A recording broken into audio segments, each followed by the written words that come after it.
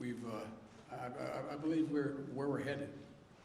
Before I took office, there were a lot of folks out there making some pretty bold predictions about how things would turn out. You might remember some of the predictions that if I became president, we'd, quote, see a depression, the likes of which we've never seen, end of quote. Well, it's true that the economy was sputtering before I got here, adding only 60,000 jobs per month for 3 months before I was sworn in. But now, 6 months later, we've changed that.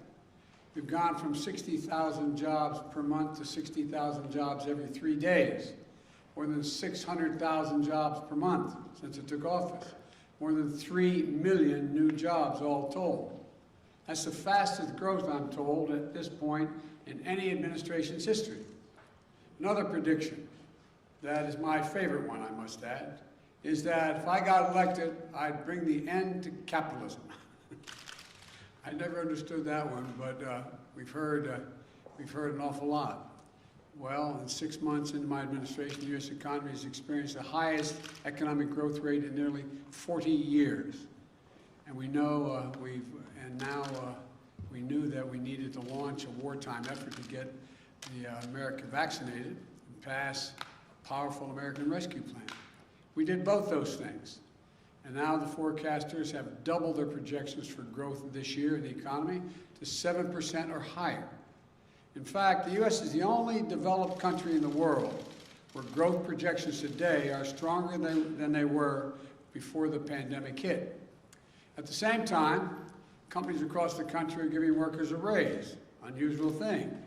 And the number of new unemployment claims has been cut by more than half since I took office. And by the way, 2 weeks ago, I issued a major executive order promoting fair and open competition, which is the cornerstone of American capitalism. Banning non-compete clauses that suppress workers' wages, lowering the price of things like hearing aids, prescription drugs, internet service, along with dozens of other actions. Folks, it turns out capitalism is alive and very well. We're making serious progress to ensure that it works the way it's supposed to work, for the good of the American people. So for all those predictions of doom and gloom 6 months in, here's where we stand. Record growth, record job creation, workers getting hard-earned breaks.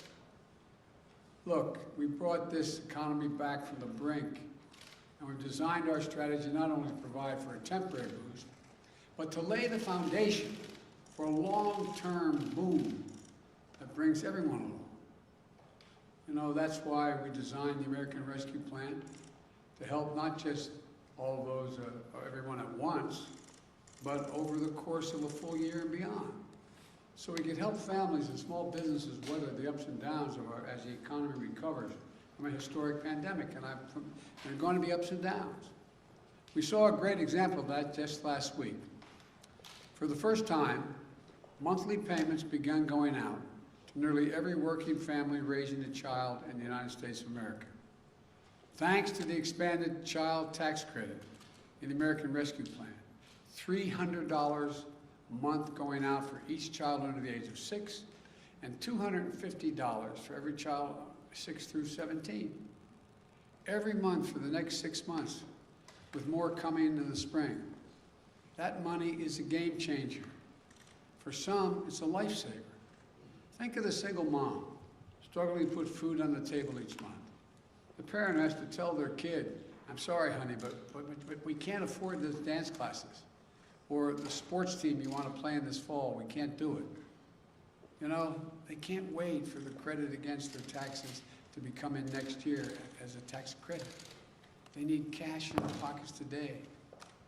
For families with the least, this money will do the most, dramatically reducing child poverty in America. And for millions of middle-class families, it'll give them a little bit of breathing room every month. That's just one example of how we're building an economy from the bottom up and the middle out. But despite that progress, we cannot afford to be complacent. We know that our economic recovery hinges on getting the pandemic under control. You know, and and by fully vaccinating 160 million Americans, or 80% of our seniors, we've fundamentally changed the course of the pandemic from one that threatens all Americans to a disease that has the most severe impacts only on the unvaccinated people in the country. But we can't let up, especially since and because of the Delta variant, which is more transmissible and more dangerous. Unfortunately, cases are now rising, particularly in communities with very low vaccination rates. Just 4 states account for nearly 40%, 4 states, 40% of all cases last week. Virtually all hospitalizations and deaths are occurring among unvaccinated Americans. These tragedies are avoidable. The data couldn't be clearer. If you're fully vaccinated, you have a high degree of protection against severe illness, hospitalization, and death. If you're unvaccinated, you are not protected. So please, please get vaccinated. Get vaccinated now. It works, it's safe, it's free, it's convenient. You know, this virus doesn't have to hold you back any longer. It doesn't have to hold our economy back any longer. But the only way we put it behind us is if more Americans get vaccinated. We also know that as our economy has come roaring back, we've seen some price increases. Some folks have raised worries that this could be a sign of persistent inflation. But that's not our view. Our experts believe, and the data shows, that most of the price increases we've seen were expected and are expected to be temporary. The reality is you can't flip the global economic light back on and not expect this to happen. As demand returns, there's going to be global supply chain challenges. We've seen that in semiconductors, which are used in automobiles. That global shortage has slowed vehicle production, creating a temporary spike in car prices. That's a real challenge. My administration will do everything we can to address it. But again, these disruptions are temporary. Lumber prices are another example. They spiked early in our recovery, but in recent weeks, they began to fall. They've fallen by more than 50%. In the hospitality industry, prices are returning to where they used to be. Economists call all these things transitory effects, and they account for about 60% of the price increases we've seen over the last few months. Now, I want to be clear. My administration understands that if we were to ever experience unchecked inflation over the long term, that would pose a real challenge to our economy. So while we're confident that isn't what we're seeing today, we're going to remain vigilant about any response that is needed. As I made clear to Chairman Powell of the Federal Reserve when we met recently, the Fed is independent. It should take whatever steps it deems necessary to support a strong, durable economic recovery. But whatever different views some might have on current price increases, we should be united in one thing: passage of the bipartisan infrastructure framework, which we shook hands on. We shook hands on. And my Build Back Better plan will be a force for achieving lower prices for Americans looking ahead. It's another reason why the investments are so important. If we make prudent multi-year investments in better roads, bridges, transit systems, and high-speed internet, in a modern, resilient electric grid, here's what will happen. It breaks up the bottlenecks in our economy. Goods get to consumers more rapidly and less expensively. Small businesses create and innovate much more seamlessly. If we increase the availability of quality, affordable child care, elder care, paid leave, more people will enter the workforce. These steps will enhance our productivity, raising wages without raising prices. That won't increase inflation.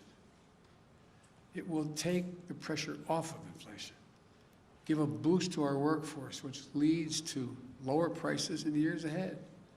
So if your primary concern right now is inflation, you should be even more enthusiastic about this plan. And as we promote fair competition in our economy through the executive order I mentioned, it will drive down prices even further.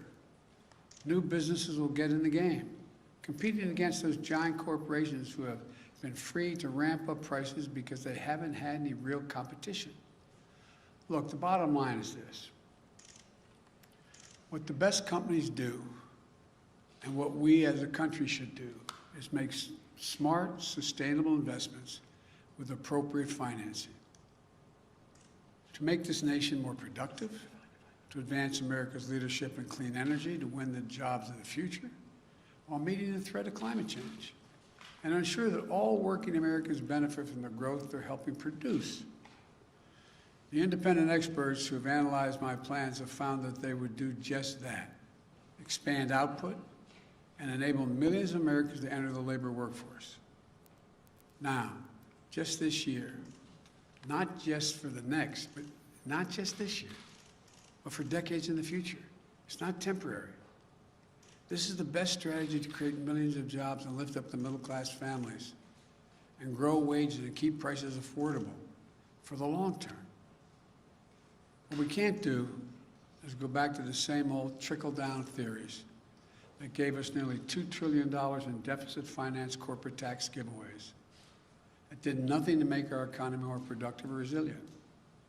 The same people who cheered on that approach are now telling us it isn't a problem if big companies have actually to compete for workers and offer them a fair wage with some dignity. I could not disagree more. We can't go back to the old failed thinking. We need to grow the economy from the bottom up and the middle out, as I said before. The investments I'm proposing are investments the American people want and investments that our country needs. And if we get this done, a wide range of independent forecasters project that it will have an incredibly significant impact on GDP and jobs, good-paying jobs with prevailing wages. And a majority of these jobs will go to people without a college degree. I've said it before, and it's true. This is a blue-collar blueprint for building an American economy back. Simply put, we can't afford not to make these investments. And we're going to pay for them responsibly as well, by ensuring that our largest corporations and the very wealthiest among us pay their fair share, by reforming our international tax system with a minimum global tax, which we've led the world to agree to. Let me close with this. When I arrived in office, it had been a long time since the government had worked for the people. Things had been great for big corporations and folks at the top. Those 55 major corporations that paid zero in income tax while making billions in profits, they had no complaints. When I took office, I made a commitment to the American people, that we're going to change that paradigm. So working families could have a fighting chance again, to get a good education, to get a good job and a raise, to take care of the elderly parent or the child with a disability, and still be able to go out and earn a good living. To stop losing hours of their lives stuck in traffic because the streets are crumbling or waiting for slow, spotty internet to connect them to the world. That's what the economy we're building is all about. That's why we passed the American Rescue Plan. And that's why we need investment in the bipartisan infrastructure framework and my Build Back Better plan. Our economy's come a long way over the last 6 months. Can't slow down now. We can make this boom we're experiencing today one that will ensure that all Americans have an opportunity to share in it for years to come. And we can show the world that American democracy can deliver for the people. I look forward to continuing to build this economy. And I'm incredibly optimistic about what we're going to be able to build together in the next 6 months and the years to come. Thank you all for listening, and may God bless you, and I'll take a few questions. Mr. President, you said last week that companies and platforms like Facebook are killing people by letting misinformation. Let me give you precisely what I said. I'm glad you asked me that question. One, I had just read that on the Facebook pointed out that it was pointed out that Facebook, of all the misinformation, 60% of the misinformation came from 12 individuals. That's what the article said. So I was asked that question about what do I think is happening. Facebook isn't killing people. These 12 people are out there giving misinformation. Anyone listening to it is getting hurt by it. It's killing people. It's bad information. My hope is that Facebook, instead of taking it personally, that somehow I'm saying Facebook is killing people, that they would do something about the misinformation, the outrageous misinformation about the vaccine. That's what I meant. Have they done enough, in your opinion, to stop? I haven't, that to be completely honest with you, I don't know if they did anything today. Up to over the weekend, I don't think they had, but I don't know. I don't know the answer to that Will question. you hold them accountable if they don't do more to stop the spread? When you say hold accountable, I just want to, I'm not trying to hold people accountable. I'm trying to make people look at themselves, look in the mirror. Think about that misinformation going to your son, your daughter, your relative, someone you love. That's what I'm asking, all the way in the back. Thank you, Mr. President. At what point would you consider inflation unchecked to a point at which you would either consider taking action or you would want to see the Fed takes action? And secondly, why do you believe that the budget bill is appropriate legislation for a pathway to citizenship? Well, first of all, I think we need to find pathways to citizenship. The budget bill is an appropriate way to get around the filibuster, to be able to make a judgment as to whether or not they should have a pathway. That's for the parliamentarian to decide, though, not for Joe Biden to decide. The first part of the question was? It was on inflation. You mentioned unchecked Yeah, inflation. there's nobody suggesting there's unchecked inflation on the way. No serious economist. That's totally different. I mean, look, the stock market is higher than it has been in all of history, even when it's down this month. Even down this month. Now, I don't look at the stock market as a means by which to judge the economy like my predecessor did. But he'd be talking to me every day for the last 5 months about how the stock market is so high, higher than any time in history, still higher than any time in history. So that's not how I judge whether or not we have economic growth. Mr. President, on China and cyber hacking. She jumps up before you do. Effectively, your administration is naming and shaming China, but no sanctions. Why, and is that effective enough? They're still determining exactly what happened. The investigation is not finished. Thank you all very much. I'm trying real quick. What is your understanding of the biggest difference between what they've done versus what Russia's done in terms of cyber hacking? That'd take a longer explanation. We have all the time in the world. Go ahead. No, we don't. I have to go see the King of Jordan. Just one quick follow-up on Twitter. Look, to the best of my knowledge, and I'm getting a report tomorrow morning on this, a detailed report, my understanding is that the Chinese government, not unlike the Russian government, is not doing this themselves, but are protecting those who are doing it, and maybe even accommodating them being able to do it. That may be the difference. Thank you. Mr. President. Should the Olympics go forward, Mr. President? They are. All right. Thank you.